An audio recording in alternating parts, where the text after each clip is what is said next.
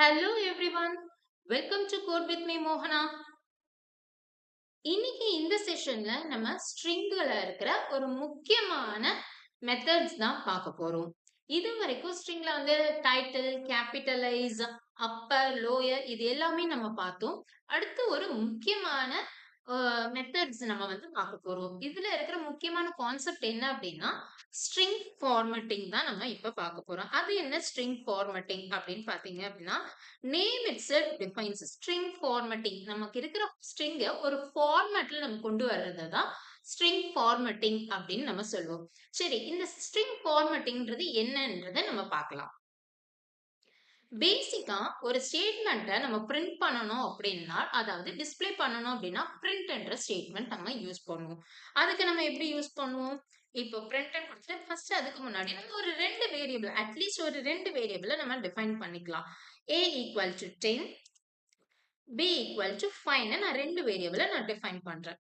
இப்போ எனக்கு இந்த ரெண்டு வேரியபிளோட வேல்யூஸும் எனக்கு டிஸ்ப்ளே ஆகணும். அப்போ அதுக்கு நான் எப்படி கொடுப்பேன்? Value of A and B is அப்படின்னு கொடுத்துட்டு A, B ன்னு கொடுப்பேன். இதுதான் நம்ம இது வரைக்கும் நார்மலா பார்த்துட்டு வந்த ஒரு டிஸ்ப்ளே பண்ற மெத்தட். ஒரு ஸ்டேட்மெண்ட்டை டிஸ்ப்ளே பண்றது. Value of A and B is A, B ன்னு கொடுத்துட்டோம் அப்படின்னா நமக்கு A and B யோட வேல்யூ டிஸ்ப்ளே ஆகும். இது ஒரு ப்ராப்பர் ஸ்டேட்மெண்ட்டா கேட்டா கண்டிப்பா இல்லைன்னு சொல்லலாம். ஏன்னா value of A is 10, value of B is 5 நமக்கு டிஸ்ப்ளே ஆனாதான் அது ஒரு ப்ராப்பர் ஒரு ஸ்டேட்மெண்ட்டா நமக்கு தெரியும். இது வந்து நமக்கு வந்து ஈவன் தோ மீனிங் மாறல அப்படின்னாலும் இது பார்க்கிறதுக்கு வந்து இட்ஸ் நாட் பெட்டர் இல்லையா? அதனால நம்ம இந்த கான்செப்டுக்கு உள்ள போறோம். ஸ்ட்ரிங் ஃபார்மேட்டிங்ன்ற கான்செப்ட் உள்ள நம்ம உள்ள போறோம். ஓகே, இப்போ இந்த ஸ்ட்ரிங் ஃபார்மேட்டிங்ல முக்கியமா இது எப்படி பண்றதுன்றது பார்க்கலாம். இதுல வந்து ஒரு 4 மெத்தட் இருக்கு முக்கியமா. இந்த 4 மெத்தட்ல நமக்கு வந்து எது கன்வீனியன்ட்டா இருக்கும் அதை வந்து நம்ம யூஸ் பண்ணிக்கலாம். பட் இப்போ ரீசெண்டா நம்ம கன்வீனியன்ட்டா எது இருக்கும் அப்படின்னா, இப்ப நான் சொல்ல போற இந்த மெத்தட் தான் இருக்கும். இது எப்படி நம்ம டிஸ்ப்ளே பண்றதுன்னு பார்க்கலாம். இதுக்கு நான் யூஸ் பண்றது print f. f stands for formatting. கொடுத்துட்டு ஒரு கோலன் கொடுத்துட்டு value of x is curly braces குள்ள நம்ம என்ன வேரியபிள கால் பண்றோமோ அந்த வேரியபிளோட வேல்யூ நமக்கு டிஸ்ப்ளே ஆகும். and value of y is y அப்படின்னு கொடுத்துட்டு கோட்ஸை கம்ப்ளீட் பண்ணிட்டோம் அப்படின்னா இப்போ நமக்கு ப்ராப்பரா நமக்கு ரிசல்ட் வந்துடும். Value of X is 10 and value of Y is 20. So இதுதான் இனிமே வரப்போற கான்செப்ட்ஸ் எல்லாமே நம்ம வந்து யூஸ் பண்ண போறோம். ஸோ இந்த மெத்தட் வந்து நல்லாவே தெரிஞ்சு வச்சுக்கணும். ஜஸ்ட் ஒன்றும் இல்லை, எஃப்ன்றது கொடுக்குறோம். F stands for formatting. ஒரு கோட்ஸ் ஓப்பன் பண்ணிட்டு வேல்யூ ஆஃப் எக்ஸ் இஸ் நம்மளோட வேரியபிளை கால் பண்றோம் வித்தின் அ கர்லி பிரேசஸ். அந்த கர்லி பிரேசஸ்க்குள்ள இருக்கிற வேரியபிள் அதோட வேல்யூவை டிஸ்ப்ளே பண்ணும். That's it. அதுதான் simple concept. This is called as string formatting. இப்போ இதுலயே இன்னும் சில மெத்தட்ஸ் இருக்கு. டாட் ஃபார்மேட் மெத்தட் அப்படின்னு சொல்லுவோம். Dot format method. ஓகே, இந்த டாட் ஃபார்மேட் மெத்தட்ல என்னென்ன டைப்ல நம்ம வந்து இந்த ஸ்டேட்மெண்ட்டை பிரிண்ட் பண்ணலாம் அப்படின்றத பார்க்கலாம். First print கோலன்குள்ள value of x is நான் just வெறும் curly braces யூஸ் பண்றேன் and value of y is just curly braces use பண்றேன். க்ளோஸ் பண்ணிட்டு dot format அப்படின்றத யூஸ் பண்ணேன். இந்த டாட் ஃபார்மேட் குள்ள எனக்கு ஃபர்ஸ்ட் நான் என்னென்ன வேரியபிள்ஸ் நான் யூஸ் பண்றேனோ அதை நான் கொடுக்க போறேன். சாரி, இங்க நம்ம வந்து x and y ஆக்சுவலா டிக்ளேர் பண்ணது a and b ன்னு டிக்ளேர் பண்ணிருக்கோம். நம்ம வந்து இங்க கால் பண்ணும்போது x and y ன்னு நம்ம கால் பண்ணிட்டோம். பிகாஸ் ஆல்ரெடி நமக்கு இந்த ஃபைல்ல வந்து x and y வேல்யூ இருக்கிறதுனால அந்த வேல்யூ நமக்கு டிஸ்ப்ளே ஆயிடுச்சு. இப்போ நான் இதை வந்து நான் சேஞ்ச் பண்ணிடுறேன். இப்போ பார்த்தோம்னா 10 and 5 வந்துருச்சு. அதே மாதிரி இங்கே நம்ம சேஞ்ச் பண்ணிடலாம். a and b is கொடுத்துட்டு இப்போ நான் வந்து x and y ன்றத a, b ன்றத நான் யூஸ் பண்றேன். இப்போ a, b யூஸ் பண்றேன் அப்படின்னா எனக்கு a ல வந்து என்ன வேல்யூ இருக்கோ அது ஃபர்ஸ்ட் கர்லி பிரேசஸ்க்கு எடுத்துக்கும். b ல என்ன வேல்யூ இருக்கோ அது செகண்ட் கர்லி பிரேசஸ்க்கு எடுத்துக்கும். இப்போ நான் இந்த பொசிஷனை சேஞ்ச் பண்றேன். அது எப்படி வருதுன்னு பார்க்கலாம். b, a நம்ம கொடுக்கும்போது b வந்து ஃபர்ஸ்ட் வேல்யூ வரும்.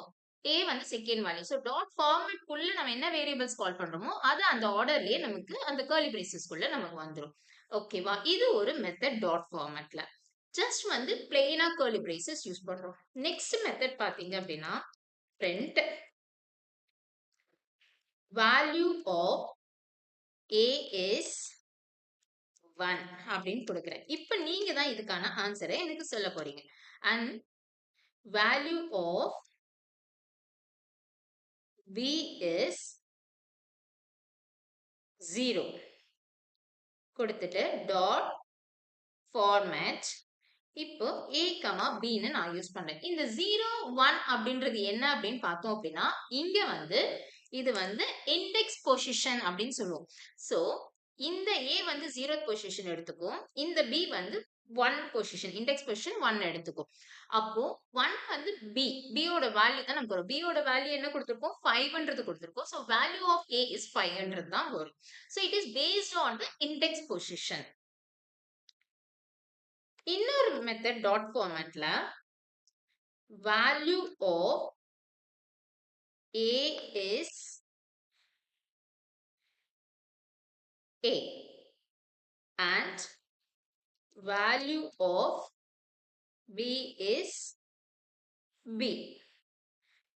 quotation close பண்ணிட்டு dot format இங்க வந்து நம்ம A, Bன்றதை கொடுத்துக்கலாம்.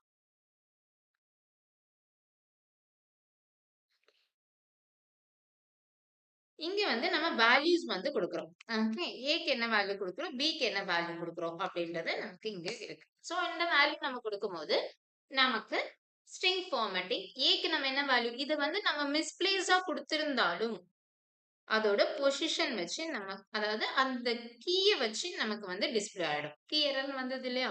இப்போ b = 48 கொடுத்துருக்கேன், a = 30 கொடுத்துருக்கேன். ஆனா ஃபர்ஸ்ட் நான் யூஸ் பண்ணும்போது value of a is a ன்னு தான் கொடுத்துருக்கேன். அப்போ எனக்கு a ஓட வேல்யூ தான் இங்க வரும். ஏதோ மிஸ் பண்ணிருக்கேன். Okay, close braces.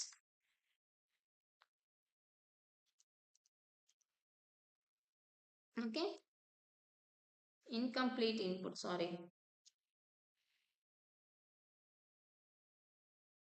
இப்ப பார்த்தோம் அப்படின்னா நமக்கு ஆன்சர் கரெக்டா வந்து அதே value of a is 30, value of b is 45 வந்துருச்சு. சோ இதுதான் வந்து ஸ்ட்ரிங்ல இருக்கிற முக்கியமான கான்செப்ட், ஸ்ட்ரிங் ஃபார்மேட்டிங். நம்ம இதுக்கப்புறம் வரப்போற கான்செப்ட்ஸ் எல்லாத்துலயுமே ஒரு பிரிண்ட் ஸ்டேட்மெண்ட்ல ப்ராப்பரா இந்த மாதிரி தான் நம்ம கொடுக்க போறோம். ஜஸ்ட் வேரியபிள் நேம் மட்டும் நம்ம கால் பண்ண போறது இல்ல.